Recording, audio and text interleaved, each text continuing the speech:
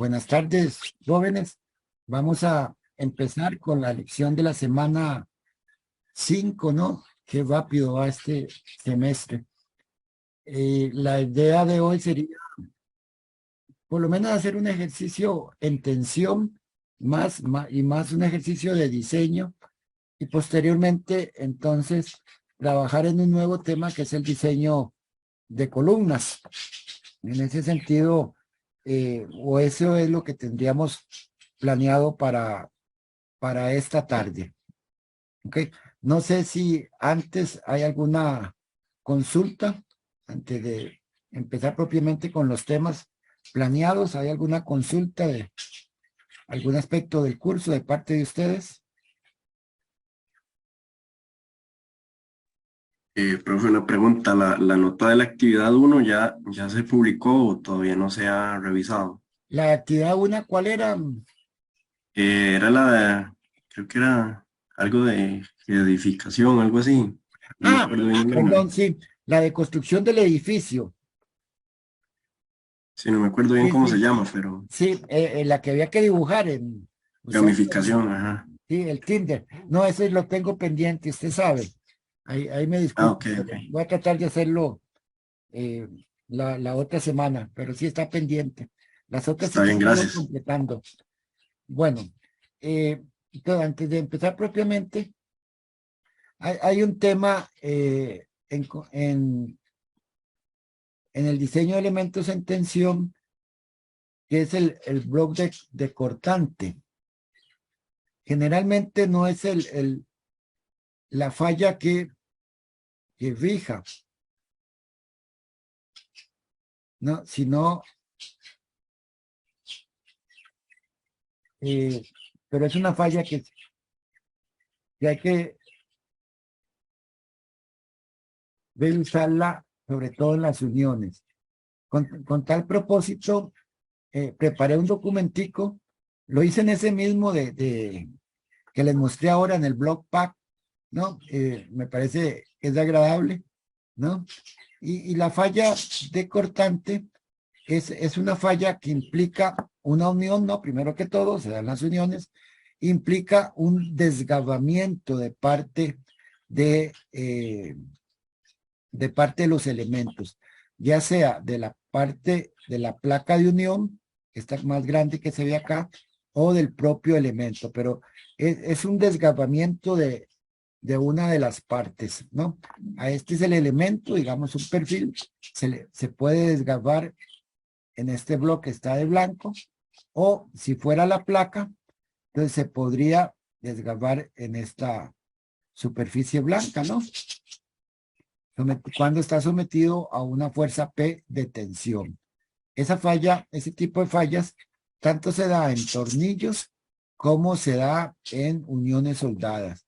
Solo que en las uniones soldadas sería alrededor de, eh, digamos, de donde están los cordones de soldadura. ¿Ok? Pero es mucho más fácil verla en tornillos, ¿no? Pero estamos hablando de un desgarramiento o sí, de parte de la sección, ¿no? La particularidad que tiene esta falla es que, si ustedes lo ven, aquí hay dos superficies de falla, donde tengo el cursor por acá, tengo una superficie en cortante.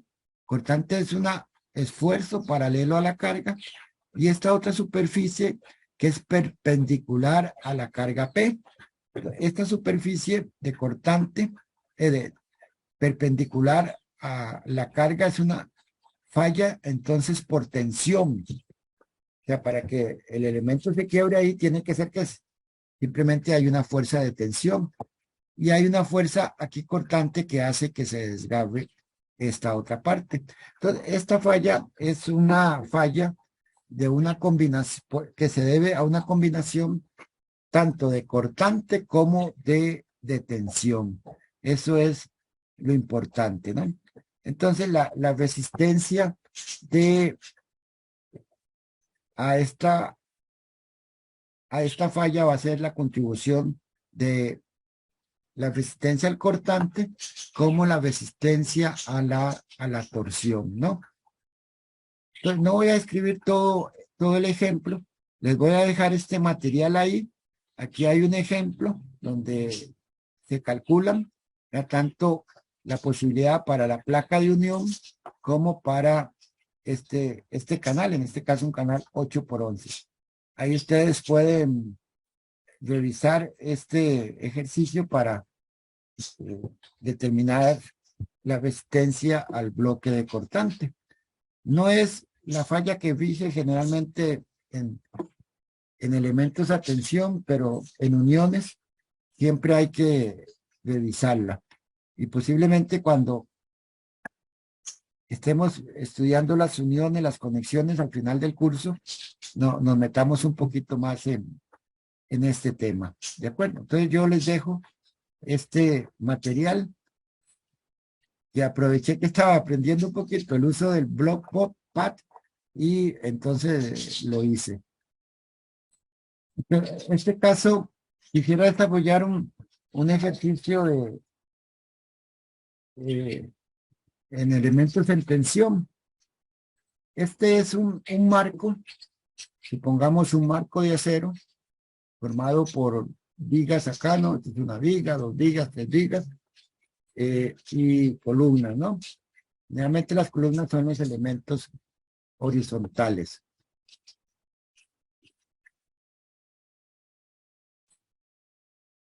Sí.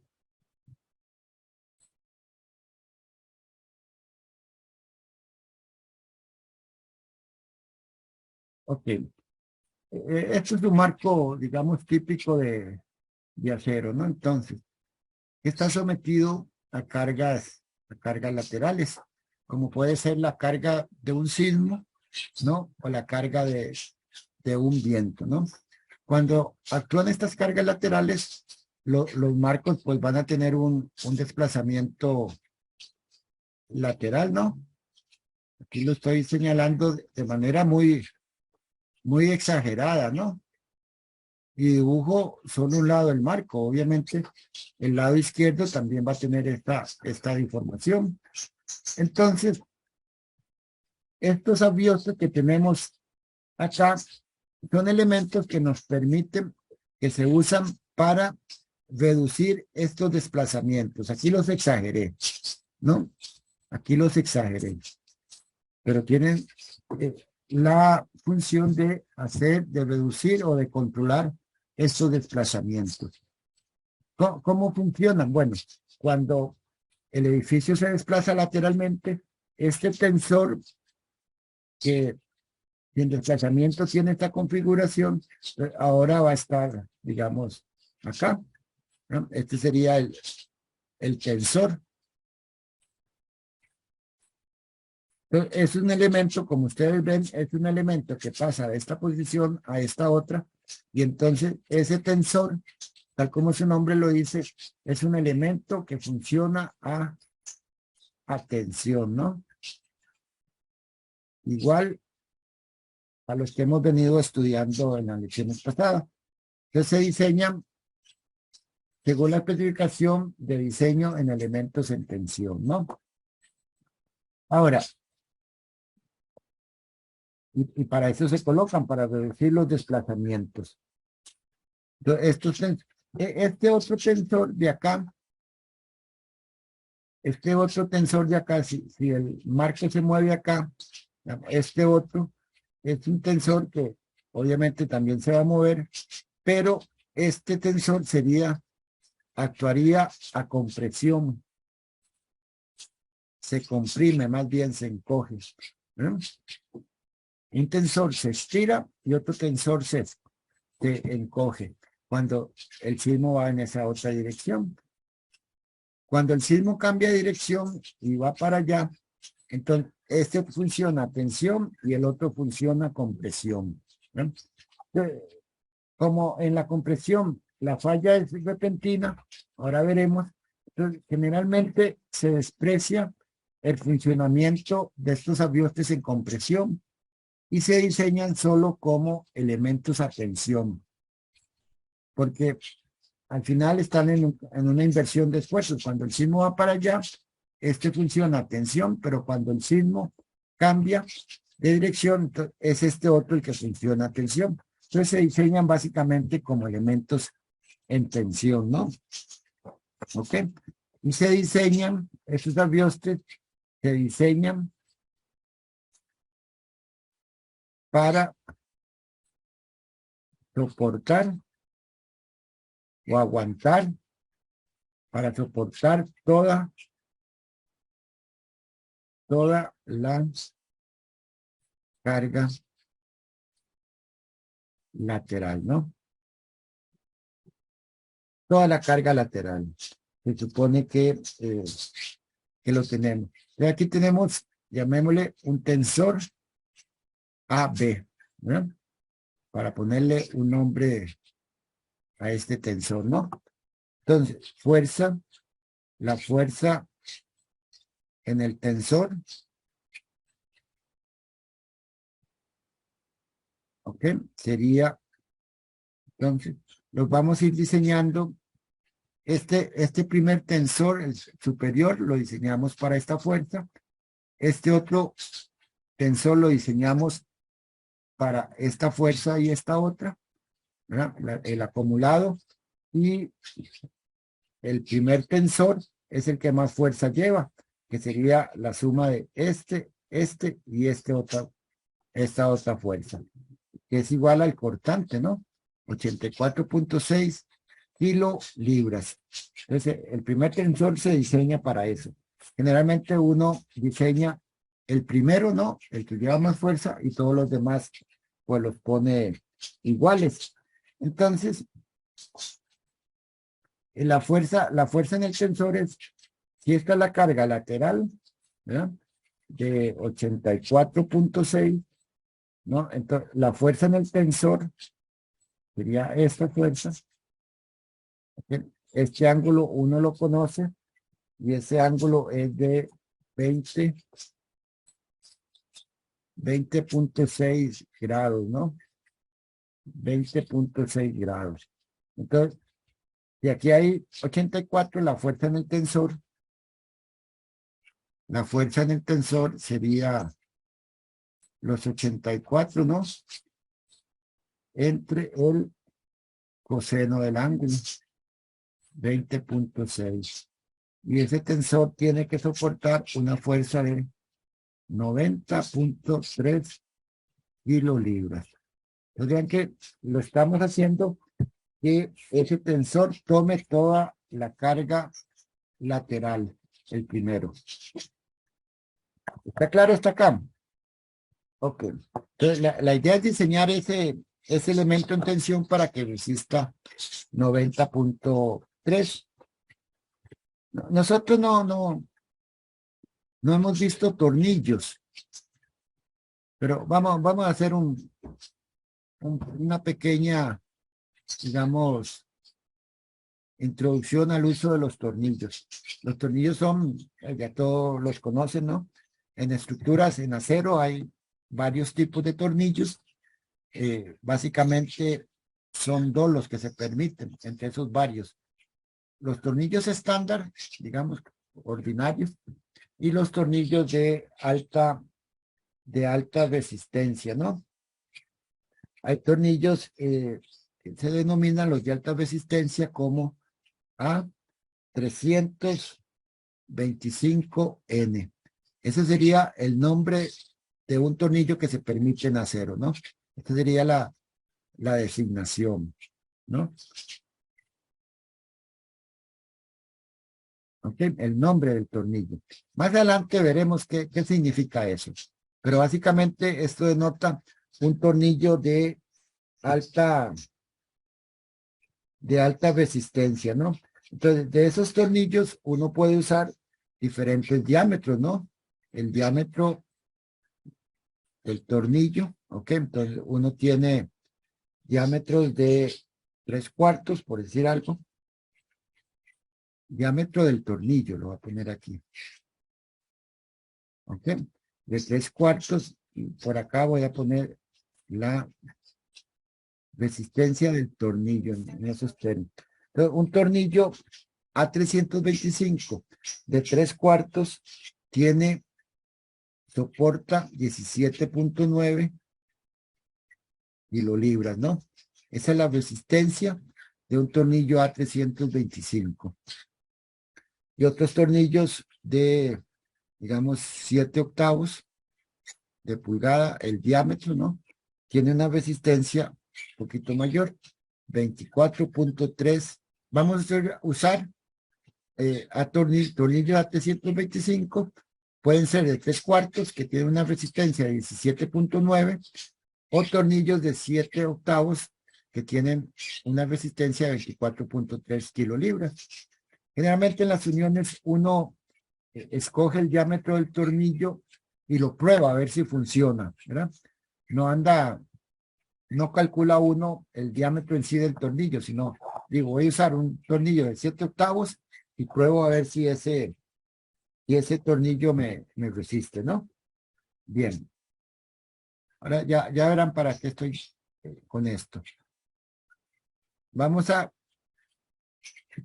por fluencia. ¿Okay? ¿Recuerdan la fluencia? El área bruta requerida, el PU era un phi por FY por el área bruta, ¿no? Eso es la ecuación para la falla por fluencia. En otras palabras, el área bruta que yo requiero sería la carga entre un phi por el FY. ¿Ok? Y con eso determino un área que necesito el elemento. Ok. Vamos. Voy a usar un área mayor. ¿Ok? Un área mayor debido o al considerar una pretensión del tornillo. ¿Ok? O sea que cuando yo hago la unión con los tornillos, le meto una presión inicial.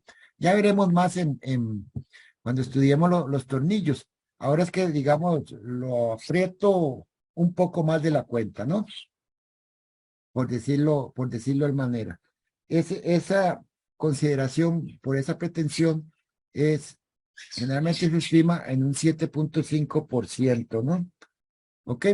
Entonces, el área requerida, considerando esto, el área requerida sería igual a 90.3, que es la fuerza, ¿no? La carga última, por 1,075, ¿no?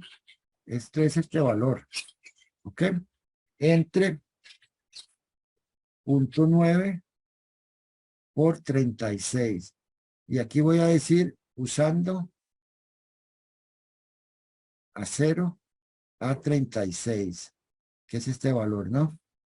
Entonces, el acero A36 tiene un FY, ya saben, de 36 kilolibras por pulgada cuadrada, ¿no? Esto es kilo pounds square inch, ¿no? Bueno, ahí siguen. Falta una E. ¿Ok? Eso es. Entonces, siendo así, entonces esto me da un área que yo debería utilizar de 2.99 pulgadas al cuadrado, ¿no? ¿Ok? Bien, entonces yo digo, voy a probar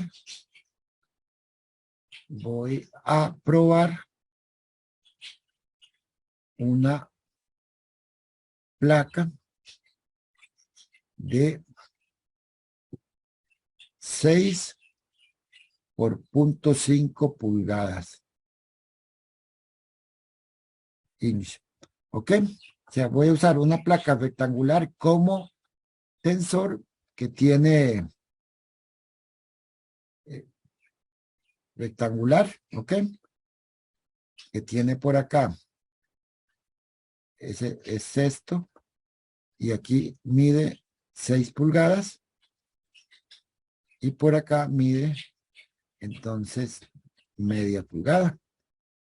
Eso es lo que estoy diciendo. Y aquí está sometido a la fuerza de tensión PU acá y PU del otro lado igual y opuesto. ¿Ok? Pero esa sería la placa que estoy utilizando. Entonces, el área transversal, esta área, ¿no?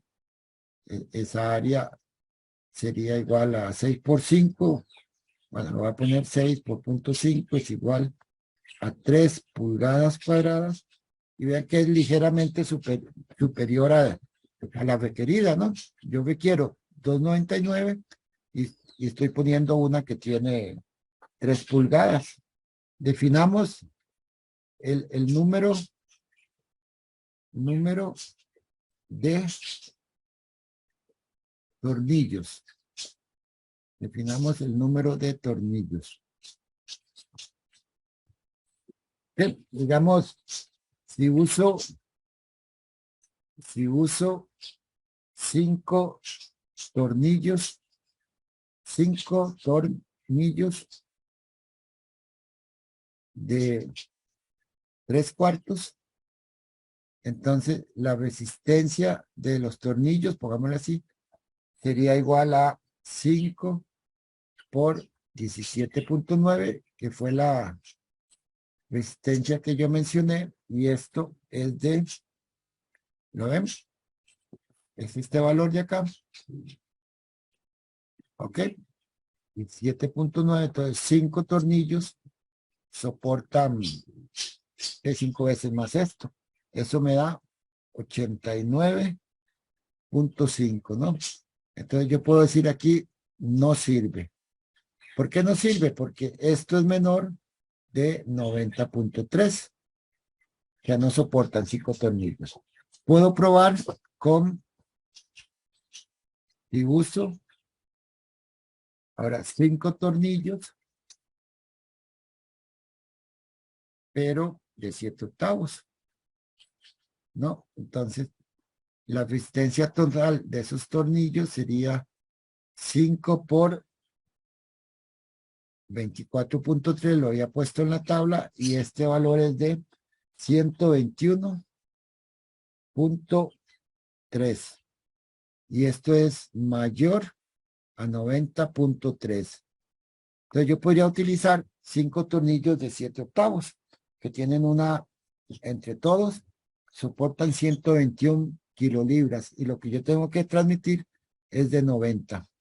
También podría probar con, si uso 6 tornillos, 6 tornillos de 3/4, ¿ok? Entonces la resistencia de los tornillos sería 6 por 17.9, y esto me da 107.9 kilolibras, ¿no? Y de nuevo, este es mayor de 90.3. ¿Ok? Y podría hacer otras combinaciones ahí de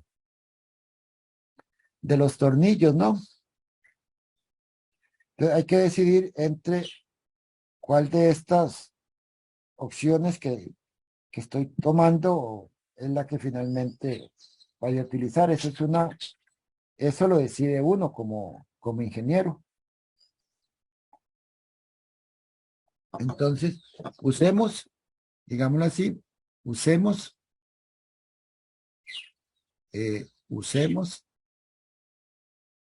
5 tornillos, 5 tornillos de 7/8 para hacer la unión. En otras palabras, yo voy a tener mi placa acá, ¿no? Sometido aquí a la fuerza de PU de 90.3, y acá entonces voy a poner 1, 2, 3, 4, 5, ¿verdad? En una sola fila. 5 tornillos de 7 octavos. ¿Ok?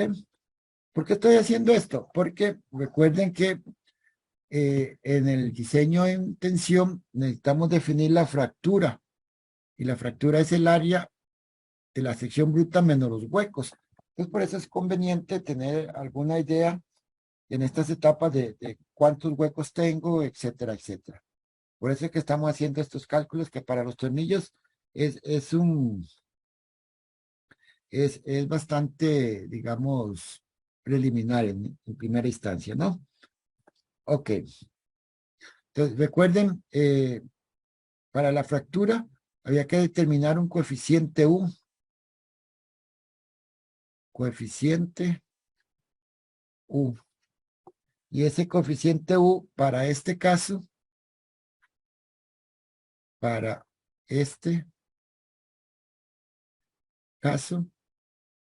U vale 1. ¿Ok? Lo van a ver en la tabla. En la tabla.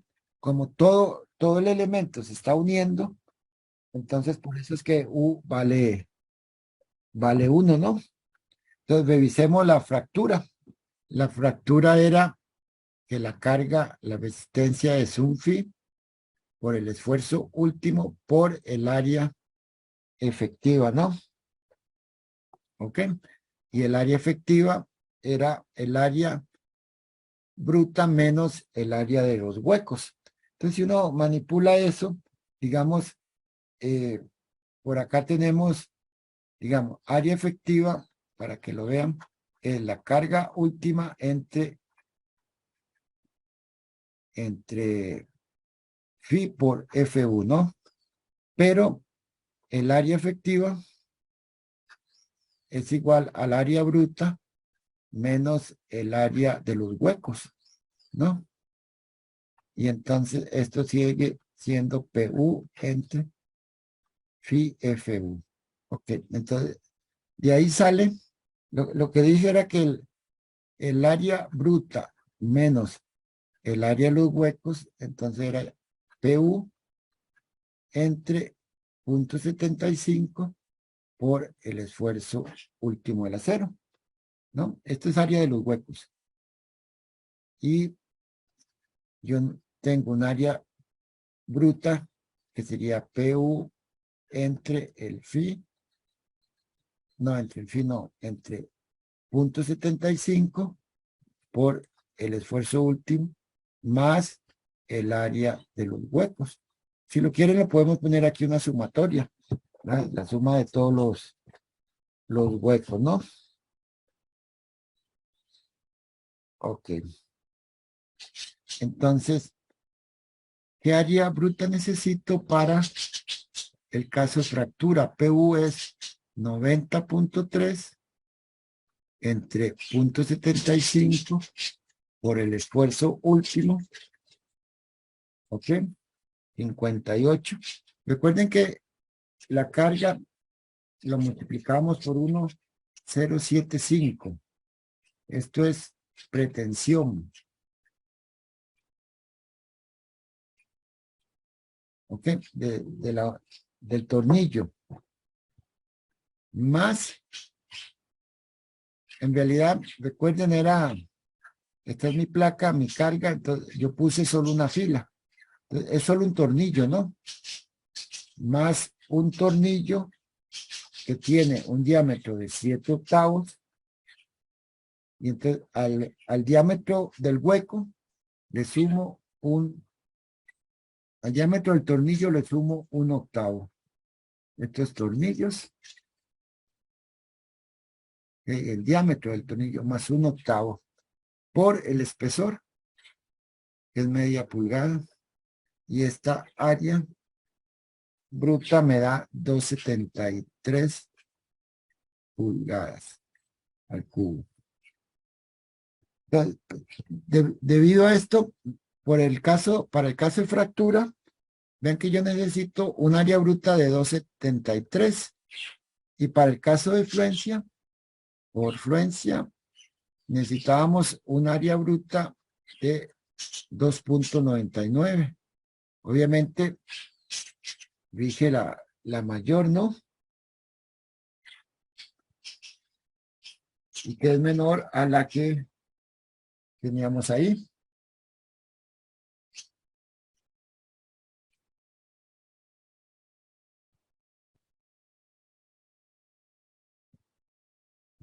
Hay un requisito, esto sería el diseño, ¿verdad? Entonces, uso la placa de 6 por 0.5, ¿verdad? Que tiene un área de 3 pulgadas. Hay un requisito adicional, no es obligatorio, requisito adicional, pero no obligatorio.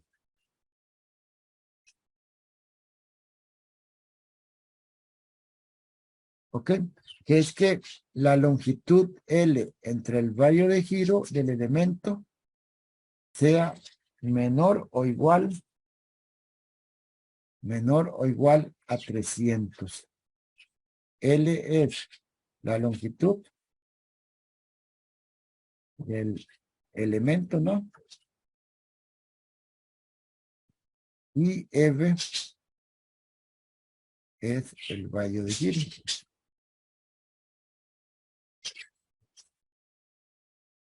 ¿Ok? Esto es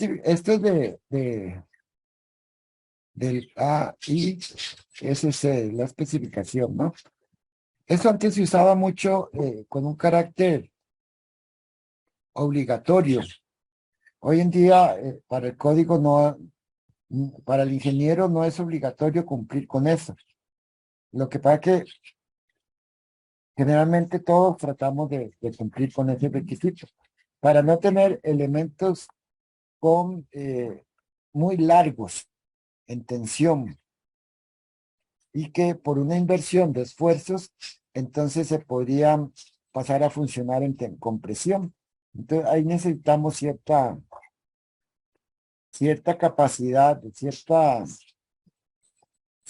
resistencia a compresión, ¿no? Ok. Esta es la razón de ese requisito. En nuestro caso, la longitud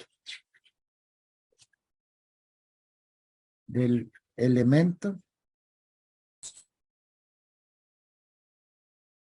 es, bueno, recuerden al puro inicio, era, este es el edificio, ¿no? Ok, entonces aquí tengo el tensor, entonces calcular, esta es la longitud, ¿no? De calcular ese triángulo rectángulo ahí, pero en este caso era L es 12, que es la altura, más 32, que era la separación, y la raíz de eso.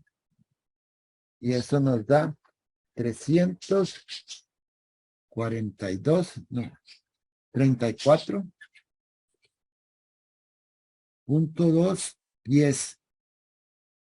¿Ok? Un pie es igual a 12 pulgadas. El momento de inercia, yo tengo una placa acá, ¿no? Que mide 0.5 acá y 6 acá. Entonces, el momento de inercia respecto al eje más débil es igual a 0.5 al cubo por 6 entre 12. ¿Ok? El área la inercia de un rectángulo.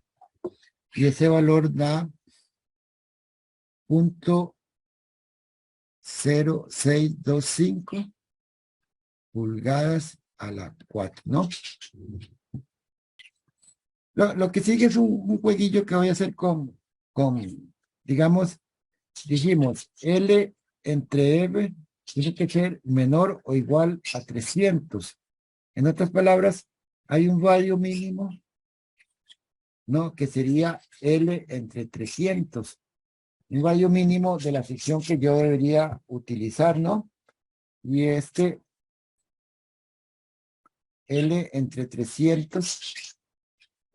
R por otro lado, no, sabemos que el radio de giro se define como el momento de inercia entre el área y la raíz, ¿no? Esa es la definición de radio de giro, momento de inercia entre el área, ¿no? Radio de giro al cuadrado es igual a I entre el área, ¿no? Pues me queda esa otra ecuación. Entonces, acá L es 34.2 pies por 12 para pasar de pulgadas por pie entre, ¿qué dijimos?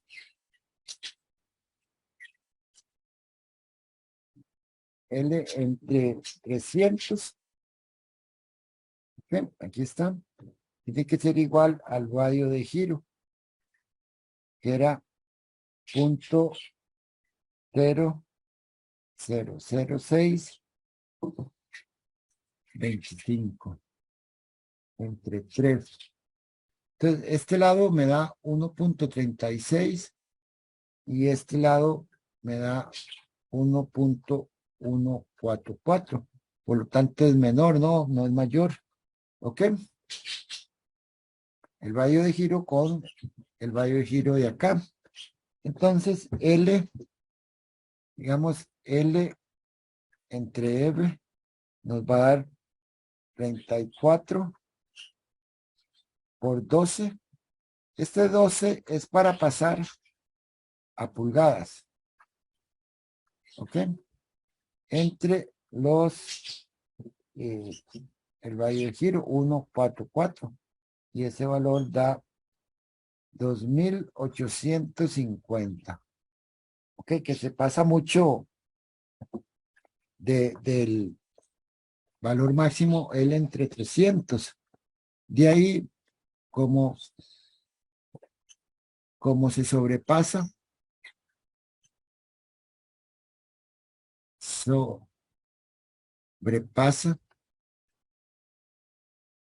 al límite de L entre F menor o igual a 300. Entonces, eso, y ver que la relación que obtuve es de 2.800. Eso justifica la necesidad de la retención inicial. Bueno, vamos a continuar la lección después de este pequeño receso, cambiando de tema. Vamos a cambiar de elementos que funcionan a tensión o a elementos que se estiran a elementos con una misma carga axial, siempre paralela a su eje principal del elemento, pero ahora que más bien lo comprime, una carga axial concéntrica en compresión, lo que denominamos columnas. Las columnas básicamente son elementos que funcionan a compresión. Para eso quería mostrarles un pequeño, digamos, llamémosle simulación en el SAP 2000. ¿Lo están viendo? Ven Sí, profe. el Sí, SAP profe. mío. Ok, yo estoy usando la versión 24 del SAP. no sé cuál, creo que en el laboratorio hay una versión anterior, la 23, pero en realidad son muy parecidas. Así entre paréntesis, cuando yo empecé a usar el SAP, fue cuando la versión era el SAP 4 en números romanos, ¿no? Allá en la universidad. Y en aquellos tiempos, el SAP no tenía toda esta parte gráfica, sino que uno tenía que hacer un archivo como una hoja de Excel, digámoslo. Excel tampoco existía, como de entrada de datos. Entonces uno hacía un archivo de texto y se lo entró, el SAP 4 lo leía y ya le daba los resultados, que no eran gráficos como las versiones de ahora, sino que eran una serie de tablas que uno tenía que aprender a leerlas. Y yo empecé con la 4 y vean que ya vamos por la 24, 24, 20 versiones más adelante. En realidad, el avance fuerte de estos programas no se ha dado tanto en los procedimientos de cálculo. Siempre son procedimientos matriciales de elementos finitos, que eso, digámoslo, siempre ha existido, sino que los mayores avances en estos programas ha sido en la introducción de la información de manera gráfica y en la salida o los resultados que lo presentan en forma gráfica, ¿no? Estos han sido los mayores. Y mucho de ese desarrollo se ha debido al desarrollo también de las computadoras, de las tarjetas gráficas que entonces permiten trabajar gráficos, dibujos, digamos, con mucha rapidez y con mucha resolución, ¿no? Es ahí el mayor, digamos, diría yo, el desarrollo de los programas en general, de todos los programas de estructura, ¿no? En la parte gráfica. Y ahí le han ido introduciendo pues otros procedimientos, ¿no? Sismos, diseño, en sí, antes era solo análisis estructural, hoy en día tienen la parte de análisis, que es la que vamos a utilizar hoy, y la parte también de diseño. Bueno, en el caso, lo que quiero mostrarles es en realidad son varias estructuras formadas nada más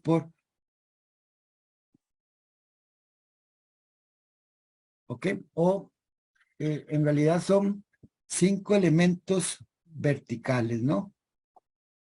Que están completamente desconectados entre sí, o cinco columnas. Todos ellos son secciones 14 por 68, o sea que tienen 14 pulgadas de peralte y pesan 68 libras por pie, ¿no? Eso es. Vamos a verlo, si lo vemos por acá. Bueno, ahí se logran ver un poquito mejor las secciones que estoy hablando.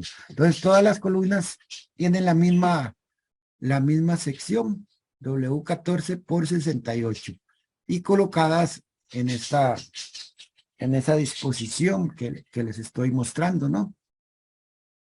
Ok.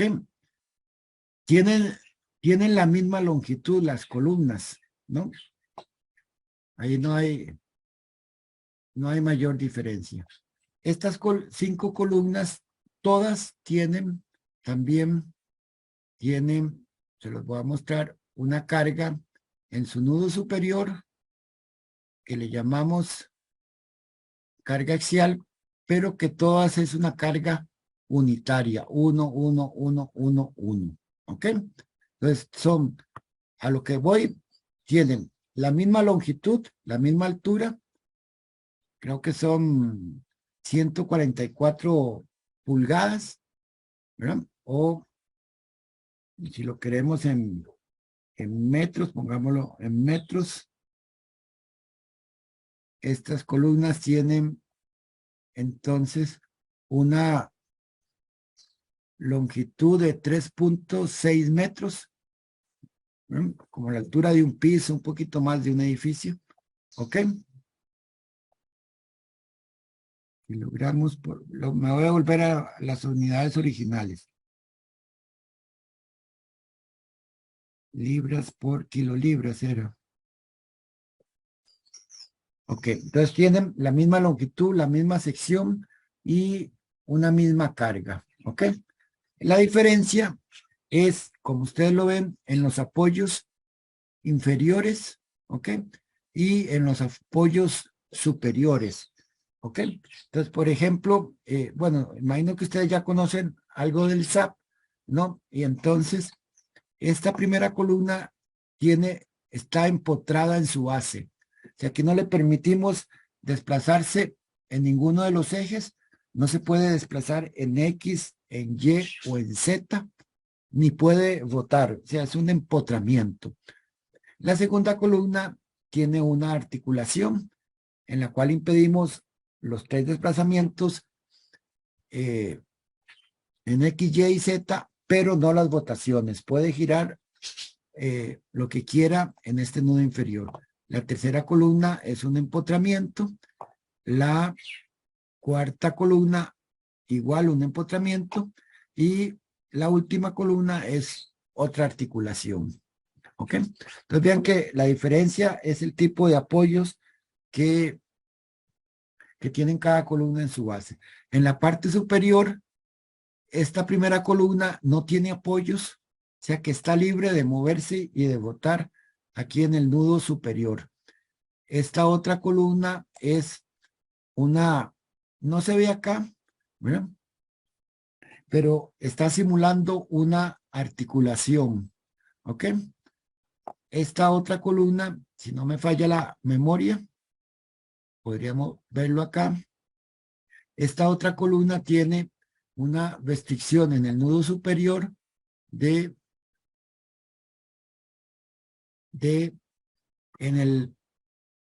es una articulación, solo las traslaciones laterales las estamos restringiendo, una articulación, ¿no? De hecho, me parece que aquí está esta, tenemos que liberar esa 3. Ok, esta otra es la tercera, tiene en su nudo superior, tiene signar, joint, strain, tiene una articulación también, ¿ok? Y esta otra, en su nudo superior, las condiciones de apoyo es otra articulación, ¿no? Entonces sería un empotramiento aquí abajo y una articulación arriba, ¿ok? Y esta última columna tiene en su nudo superior, signar, joint, tiene una articulación también, ¿ok? Y le permitimos la votación. Entonces, esas son las características de esas columnas. Longitudes iguales, secciones iguales, cargas unitarias todas, ¿no? Y ¿cómo se llama?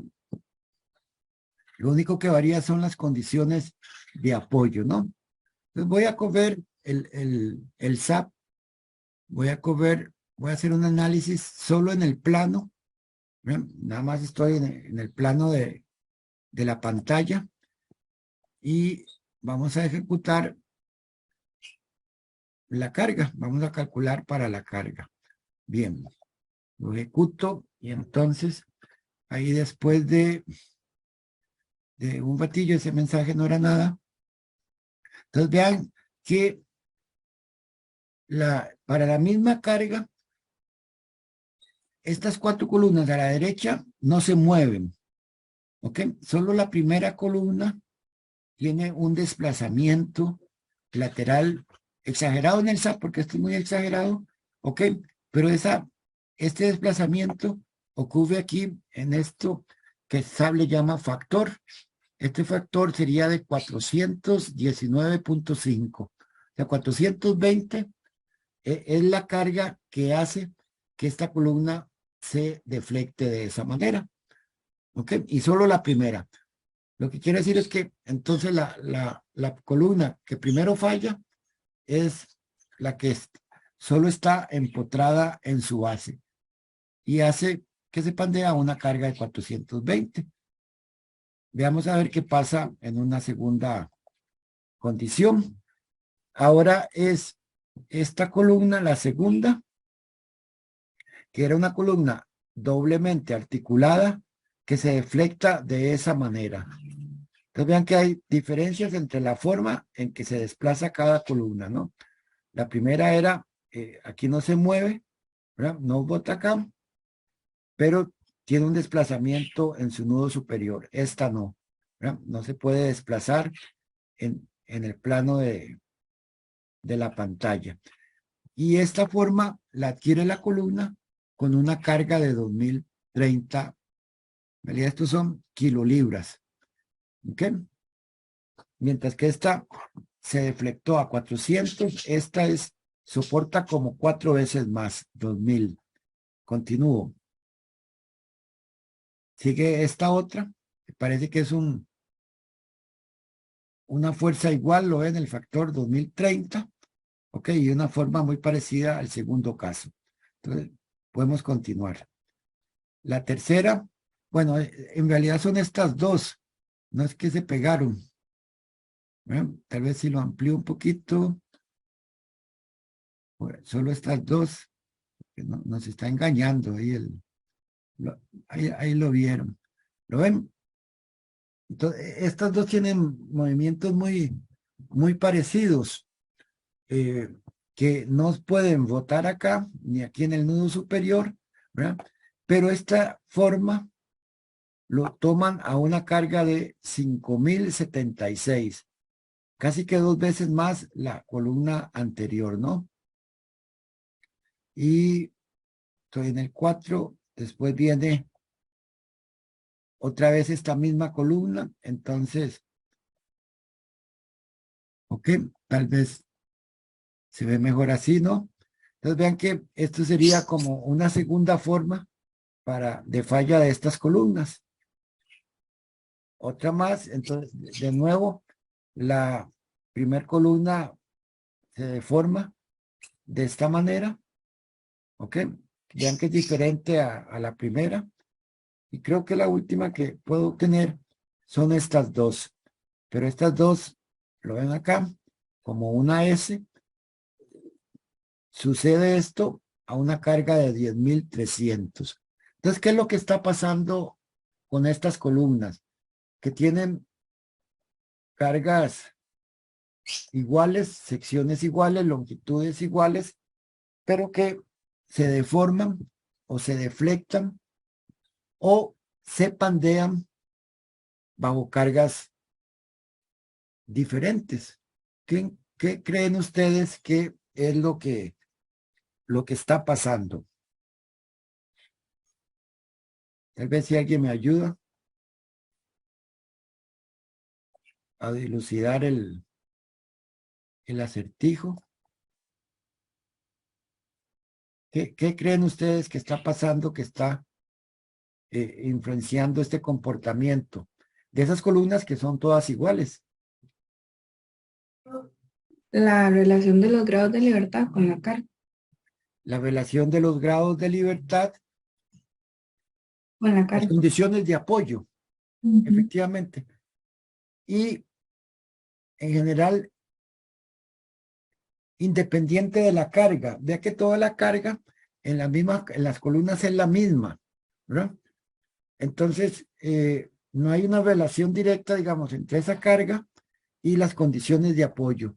Entonces, diríamos que la variable que más influye en este comportamiento, ¿verdad?, es el grado de apoyo que le tengamos a esas columnas, ¿no? La primera es una columna que es como un asta de una bandera, ¿verdad? La entierro ahí en el suelo y le dejo el borde superior libre. Esa es la primera que falla, ¿verdad? ¿Okay? Después, la segunda es una columna que está doblemente articulada y falla a una columna, a una carga de 2030. ¿Ok? 4 veces más que la bandera, que el asta de la bandera, ¿no? La tercera que falla es una columna, bueno, es esta misma, en realidad es el mismo caso, es estas que están empotradas aquí en la base, pero tienen una articulación acá y fallan a 5000. Entonces vean que la variable importante acá en condiciones iguales son las condiciones de apoyo, ¿no? Entonces, la moraleja es, si uno quisiera diseñar columnas, tiene que considerar las condiciones de apoyo a que va a estar, que vamos a colocar, que vamos a diseñar en esa columna. ¿Les parece? ¿Habría algo más que sea significativo en esta problemática?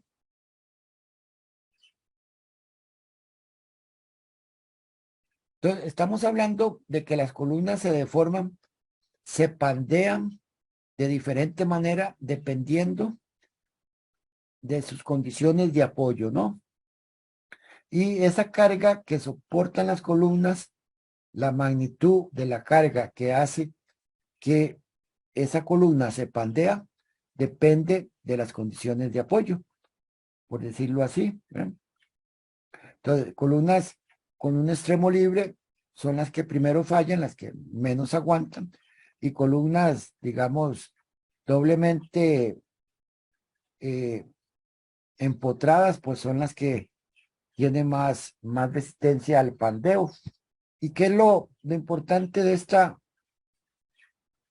situación? Primero, que en general en un edificio estos elementos verticales que llamamos columnas son los que soportan al edificio, ¿no? Son las patas de la mesa, ¿no? Y por lo tanto, si ellos se pandean, van a ocasionar el colapso de esa estructura. Y el pandeo es una condición de falla que se presenta de manera repentina. Va estirando, le vamos aplicando la carga y compresión y de un momento a otro se pandea y ahí falla, ¿no? En un edificio eso implicaría el colapso de ese edificio, porque es como cortarle las patas a la mesa, ¿no? Entonces tenemos que ser muy temerosos, cuidadosos a la hora de diseñar las columnas, porque su falla es una falla repentina, que es un pandeo. ¿Ok? ¿Está claro? ¿Alguien tiene alguna consulta? Ahora permítame compartir un Excelito. Creo que todos ustedes estudiaron en sus cursos anteriores de análisis estructural y otros lo que es el pandeo de las columnas, ¿no? ¿O me equivoco? El pandeo de las columnas es el pandeo que llamamos también de Euler, ¿no? Conocido. Y esa carga que en el SAP pandeó los elementos, matemáticamente se conoce como la carga crítica y se determina como pi cuadrado, ¿no? Por la rigidez de la columna. La rigidez es el módulo de elasticidad E por el momento de inercia de la columna entre KL al cuadrado, ¿no?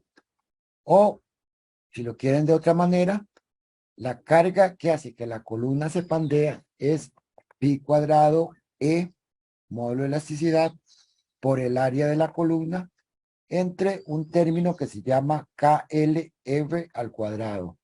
KLR al cuadrado es la razón de la relación de esbeltez de la columna. ¿Ok? KL entre R. Y la K sabemos que es una variable que nos permite precisamente considerar las condiciones de apoyo. La K nos permite hacer diferencia entre los diferentes tipos de apoyo que tienen una columna. Entonces yo tengo acá un material que es acero, es igual a 29.000 KSI. Tengo un acero que es con un esfuerzo de influencia de 50, una sección que tiene un área de 24, eso está en pulgadas. L, una longitud de 480 pulgadas, un momento de inercia de 881 en X y un momento de inercia en Y más débil de 148. Y tengo radios de giro en la dirección X de 605 y en la dirección Y de 2.48. Esas son propiedades de una columna que yo escogí ahí de la tabla. ¿Ok? Entonces, vamos a ver la carga crítica para diferentes razones de esbeltez. ¿Ok? No voy a empezar en cero porque aquí se me indefine, ¿no? Pero, digamos, voy a empezar con una columna. Voy a usar K igual a 1. ¿Ok? No sé si aparece por ahí. K es igual a 1.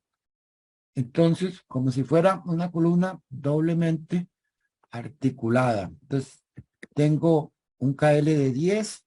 Ahí aparece un primer punto. Aumento el K. Voy aumentando por acá. 40.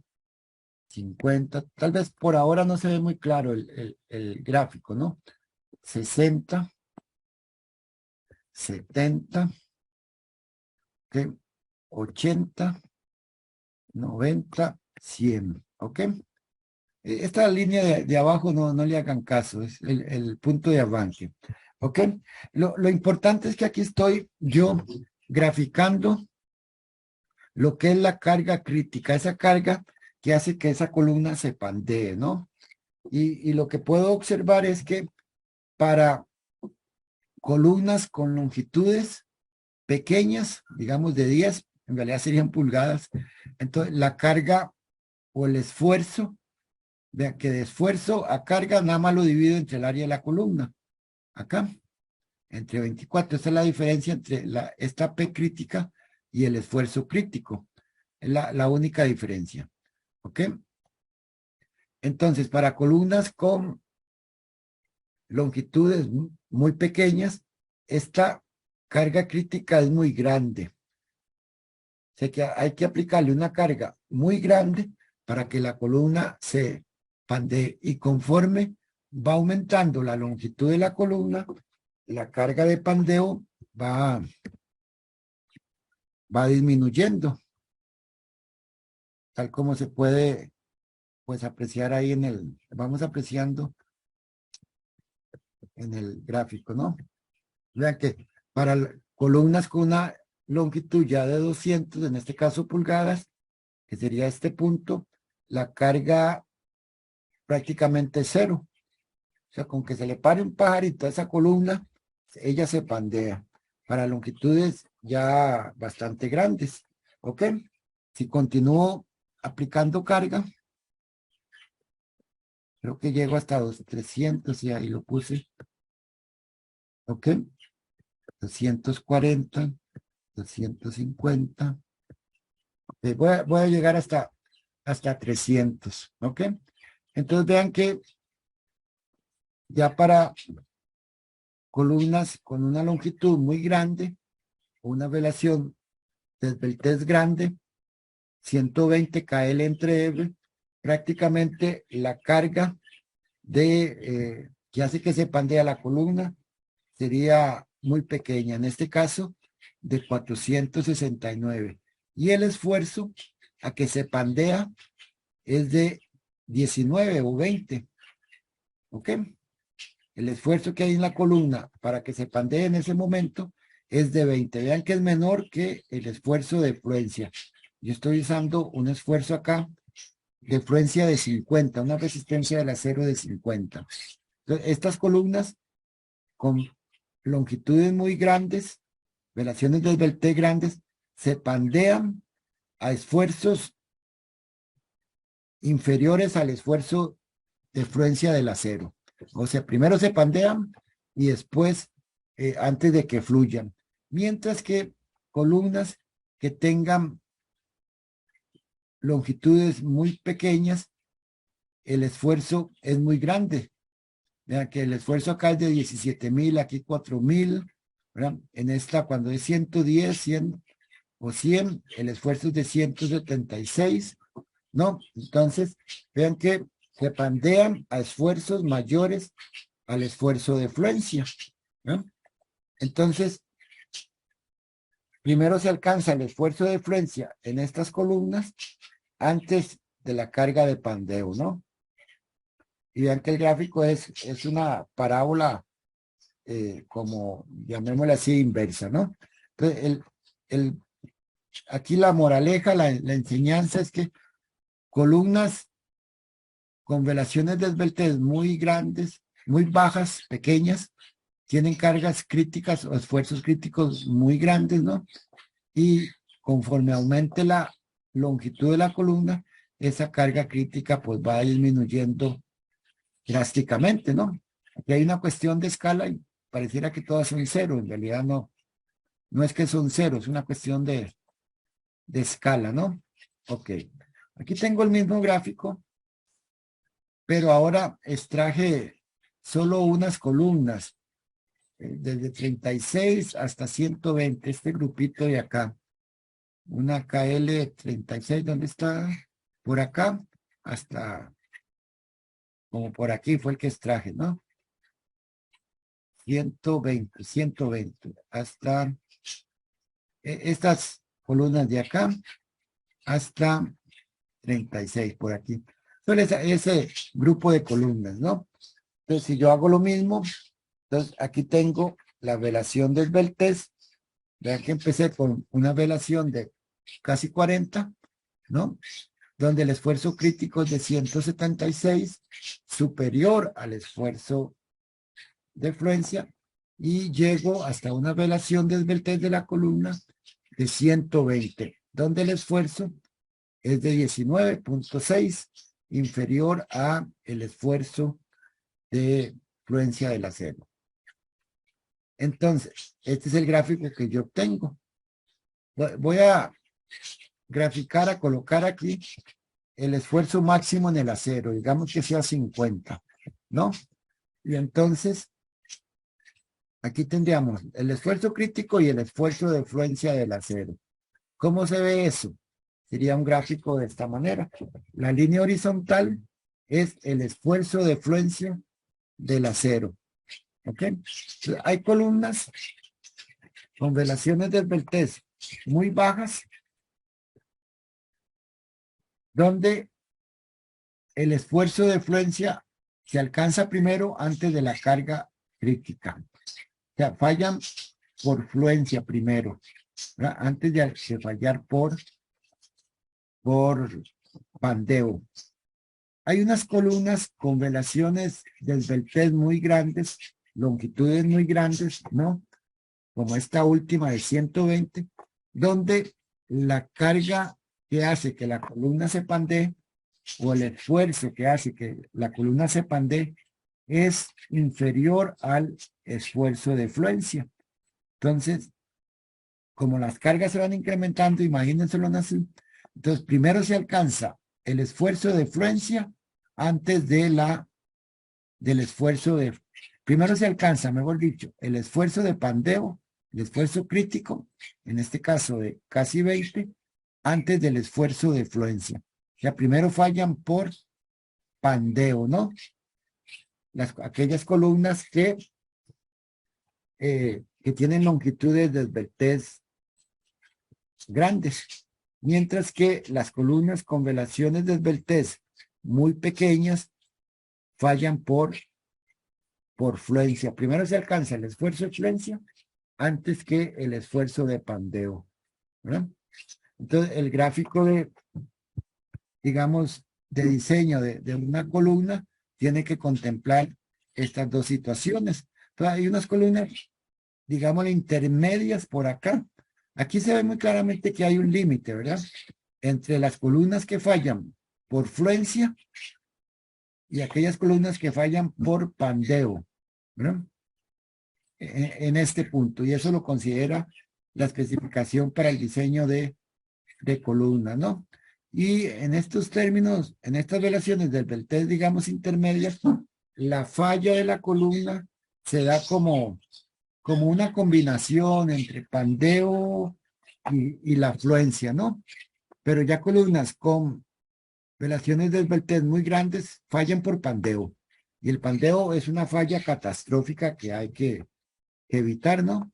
Y columnas con relaciones del Beltès muy pequeñas, entonces fallan primero por fluencia antes de fallar por pandeo. Eso es la situación, el comportamiento de las columnas. No sé si tienen alguna observación hasta acá. Hay unas columnas, resumiendo, si lo queremos ver así, con relaciones de Beltès muy pequeñas que fallan por fluencia. Se alcanza el esfuerzo de fluencia y entonces el esfuerzo máximo del acero y ahí decimos, ahí paramos. Mientras que columnas con relaciones de Beltès muy grandes, 100, 120, por ahí, fallan entonces primero por pandeo, ¿no? ¿Ok? Y hemos dicho, el pandeo es una falla catastrófica en el sentido de que es una falla repentina, ¿no? Bien, ¿cómo toma en cuenta la especificación esa condición? Bueno, para el diseño de las columnas, entonces la especificación toma en cuenta esas dos consideraciones. Ok, dijimos entonces, hay unas columnas que fallan por pandeo y hay unas columnas que fallan más por fluencia. Para considerar eso, ese punto que se ve en el gráfico entre las que fallan por fluencia y las que fallan por pandeo, para la especificación es este límite, 4.71 veces la raíz del módulo de elasticidad entre el esfuerzo de fluencia del acero. Lo que es lo mismo, esto es lo mismo que 0.44 veces el esfuerzo de fluencia. Entonces, para aquellas columnas que tienen relaciones de Beltès KL entre F menores o iguales a 471 raíz de E entre F y, ese esfuerzo crítico en la columna, el esfuerzo que hace que falle la columna, es igual a 0.658 elevado a la FY entre FE. FE es el esfuerzo de Euler que les mostré antes. Todo multiplicado por FY.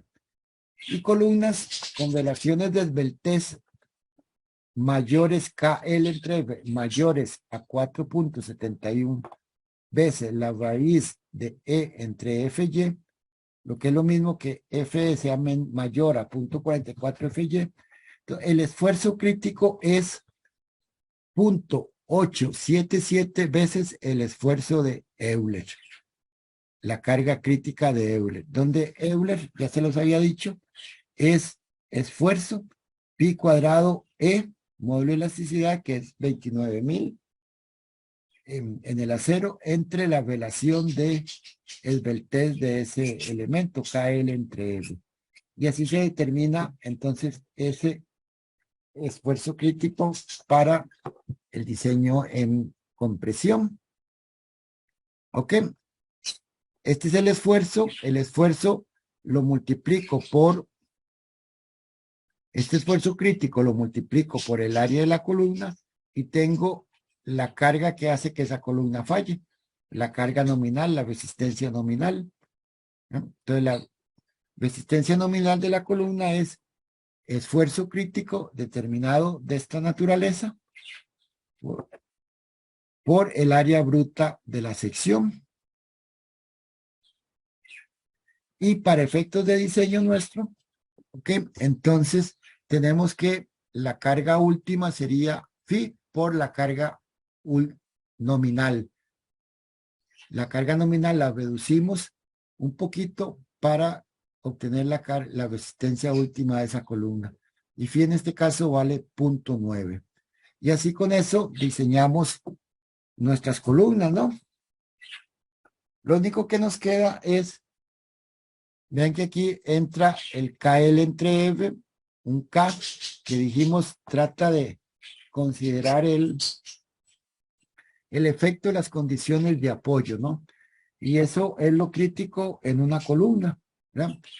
Determinar con exactitud cuál es esa condición de apoyo, ¿no? Eso es, digamos, lo difícil en una columna. Hay una primera aproximación que es el uso de tablas para casos muy idealizados, ¿no?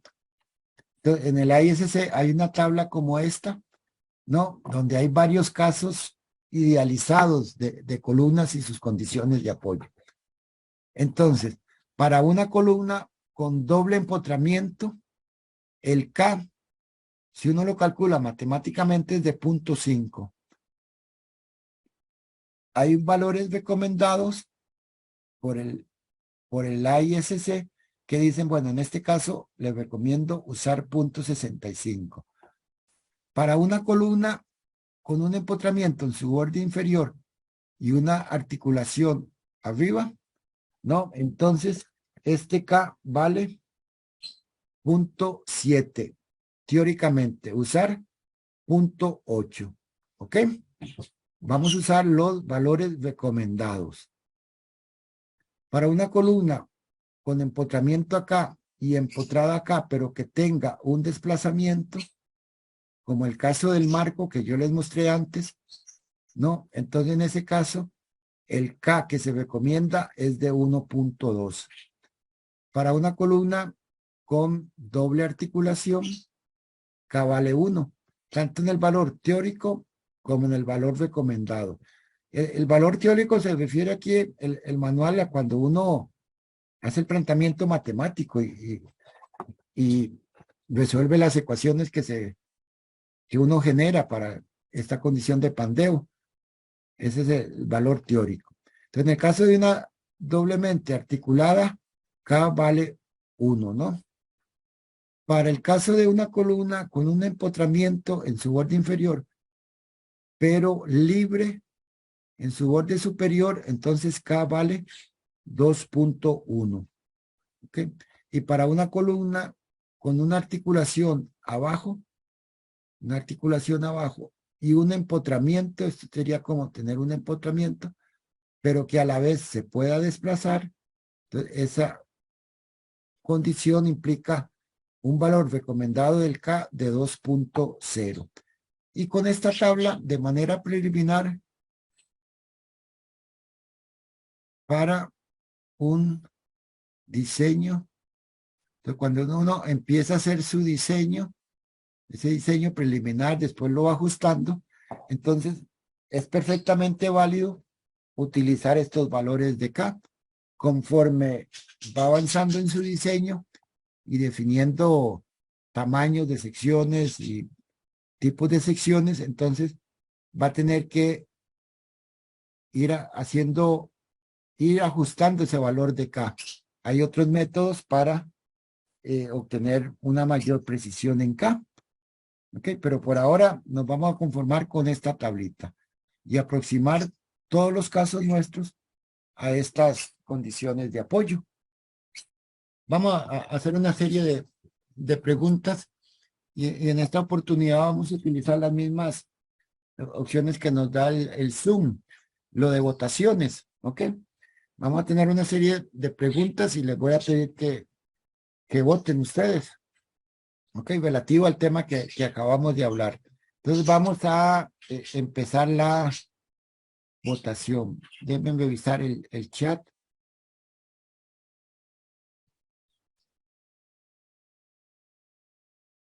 Si alguien me pregunta si la relación de Sveltez también se le conoce como lambda o ese era otro parámetro. En realidad sí. Lo que pasa que en acero el uso de lambda ya no es tanto. Se usa más directamente la relación KL entre R. Entonces en la especificación anterior sí se usaba ese lambda, que es, digamos, análogo a la relación de esbeltez, un poquillo diferente. Entonces, los que hacen las especificaciones, el ISC, dijeron hace unos años, hagámosla, es más fácil calcular el KL entre F. Entonces sacaron esta especificación en términos de la relación de esbeltez y se olvidaron de ese lambda. Pero básicamente lo mismo. Ok, entonces decía, bueno, vamos a dar las votaciones de Zoom, por favor. Entonces, contesten. Iniciamos la primera pregunta. Hay una serie de preguntas. Ok, ahí la estoy lanzando. La están viendo, ¿verdad? Entonces, por favor, nada más voten.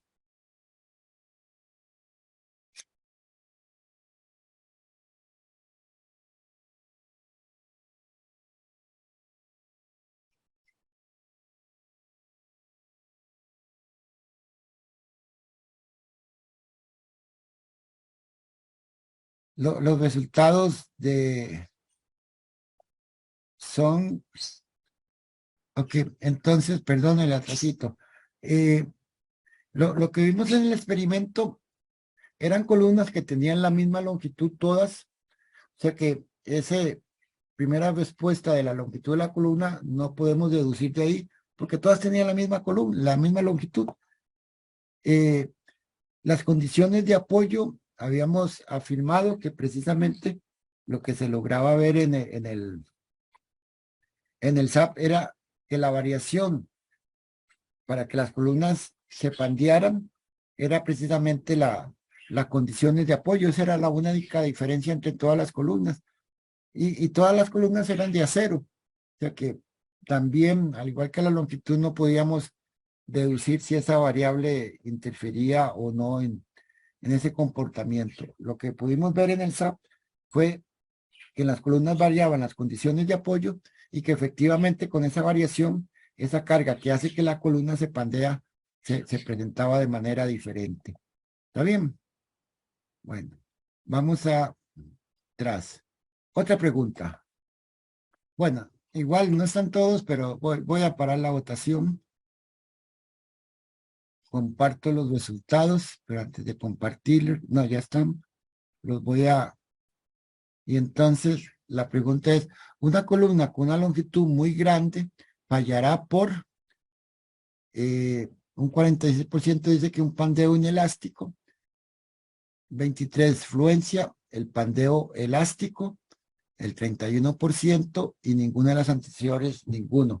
Bueno, vimos en el gráfico que las columnas con longitudes muy grandes fallan, tienen una carga de pandeo muy baja, inferior al esfuerzo de fluencia del acero. O sea, estaríamos entonces todavía en el rango elástico del material, porque el esfuerzo de pandeo es inferior al valor del esfuerzo de máximo o esfuerzo de fluencia del acero. Por lo tanto, estamos en el rango elástico de la columna. Por lo tanto, van a fallar por pandeo, sí, pero pandeo en el rango elástico de la columna, pandeo elástico. ¿De acuerdo? Bien, otra pregunta. Tercera pregunta. La especificación ISC limita la relación del esbeltez de una columna KL entre F a un valor máximo de. Entonces dice un 41 que el ISC la limita a 150, un 6% a 200 y un 53% de ustedes dice que 300.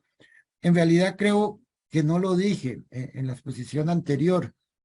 Mencioné en el primer ejemplo que resolví que para elementos en tensión, el L entre F se limita a 300, pero eso es para elementos que trabajan a tensión. Y eso es considerando que es posible que la carga se revierta, que un elemento a tensión pase a funcionar en compresión. Y entonces necesitamos darle al elemento cierta capacidad, cierta esbeltez. No lo dije, y quizás de ahí los resultados, pero las columnas se limitan a una relación KL entre EV menor a 200, que es la opción que menos marcaran, pero con razón porque no lo había mencionado. Pero el límite de la relación de esbeltez KL entre EV para una columna es de 200. Entonces la relación de esbeltez máxima de una columna es de KL entre EV menor o igual a 200. Bien. Continúo con otra preguntita. Una columna con una relación de esbeltez de 25, o sea, pequeñita, fallará por de que una columna con relaciones pequeñitas, longitudes de relación, longitudes pequeñas también, si se quiere, entonces están en el lado izquierdo de los gráficos que les mostré. Entonces, en esas columnas, primero se alcanza el esfuerzo de fluencia antes de la carga crítica de Euler. Entonces, uno puede decir que fallan por fluencia, ¿verdad? Cuando el acero empieza a fluir, ese es el límite resistente de esas columnas.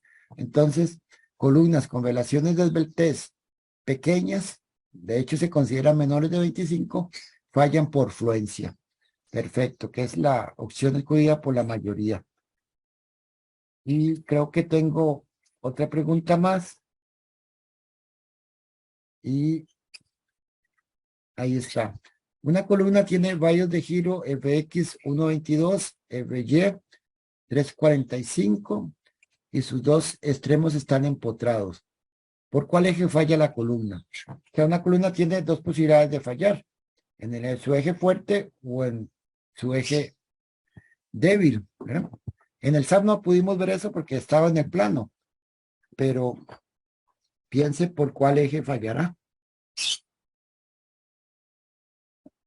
Aquí el valle de giro está, digamos, al revés. Generalmente una sección tiene un valle de giro en X, es más grande que el valle de giro en Y. En este caso le di vuelta al propio, pero la realidad es que el valle de giro es mayor en el eje X en la mayoría de las secciones y menor en el eje Y o eje débil. Entonces no se ve en los experimentos que hice eso, ¿verdad? De hecho, en el SAP usamos el eje débil. En el Excel creo que usé el eje fuerte, pero para efectos visuales era lo mismo. El asunto es que el radio de giro es una medida, una variable que nos da, digamos, la capacidad de la columna a poder votar, la facilidad de una columna a poder votar, ¿no? Entonces, entre más grande el radio de giro, esa votación es más difícil, por decirlo en palabras simples. Entonces, si van a fallar en el eje débil, en este caso, en el eje EBX, que es el menor valor de los radios, ¿no? Entonces las columnas fallan, se pandean, donde el radio de giro es menor, si lo quieren ver por ese lado. Las columnas fallan en la dirección donde su relación KL entre EV, su relación de esbeltez, es mayor. Digamos, para un mismo KL en ambas direcciones, si lo divido entre un valor menor, la relación de esbeltez es más grande. Entonces, fallan en el lado del eje del radio de giro menor o donde la relación de esbeltez KL entre EV sea mayor, si lo quieren ver por ese lado. Entonces, en ese sentido, la respuesta correcta, aunque yo invertí los valores, es donde el radio de giro es menor, 1.22, sería el eje X. Aunque yo no lo dije explícitamente en mi exposición, pienso que sí se podría reducir, ¿no? Está muy equiparada las respuestas, pero la regla es, el mandamiento es, o el comportamiento, mejor dicho, de la columna, el comportamiento real de la columna, es que fallan en la dirección donde su radio de giro es menor. En el caso sería en la dirección del eje X, 1.22. Con eso estaría dando por terminada la lección. No sé si hay alguna consulta antes, observación o no sé, cualquier cosa que quieran. De hoy en 8 seguiríamos trabajando con columnas. Es muy posible o está previsto que de hoy en 8 les hagamos entrega de su primer proyecto, ¿verdad? Para formar los grupos. Haríamos los grupos, les explicaría también en qué consiste el primer proyecto. Bueno, en realidad el primer proyecto va a ser el diseño de una nave industrial. Naves industriales son esos edificios que usan mucho en bodegas, ¿verdad? Prácticamente en galerones, ¿no? Va a ser el diseño de una de esas edificaciones o una nave industrial. De hoy en 8, entonces se los explicaría un poquito y haríamos los grupos también. Así que háganse presente, por favor. Agradecerles la paciencia de esta tarde y deseándoles, bueno, que haya sido provechoso y que tengan también un feliz fin de semana.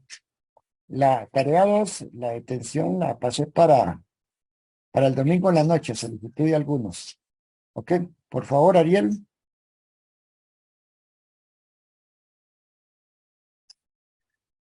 Ok, voy a ver el chat entonces. Profe, Señorita. ¿será que me puedo quedar con un toquecito para preguntarle algo, por favor? Claro, claro. Si quieren, nos esperamos un momento. Ariel, escríbalo ahí. Bueno, el proyecto, son dos proyectos, Ariel.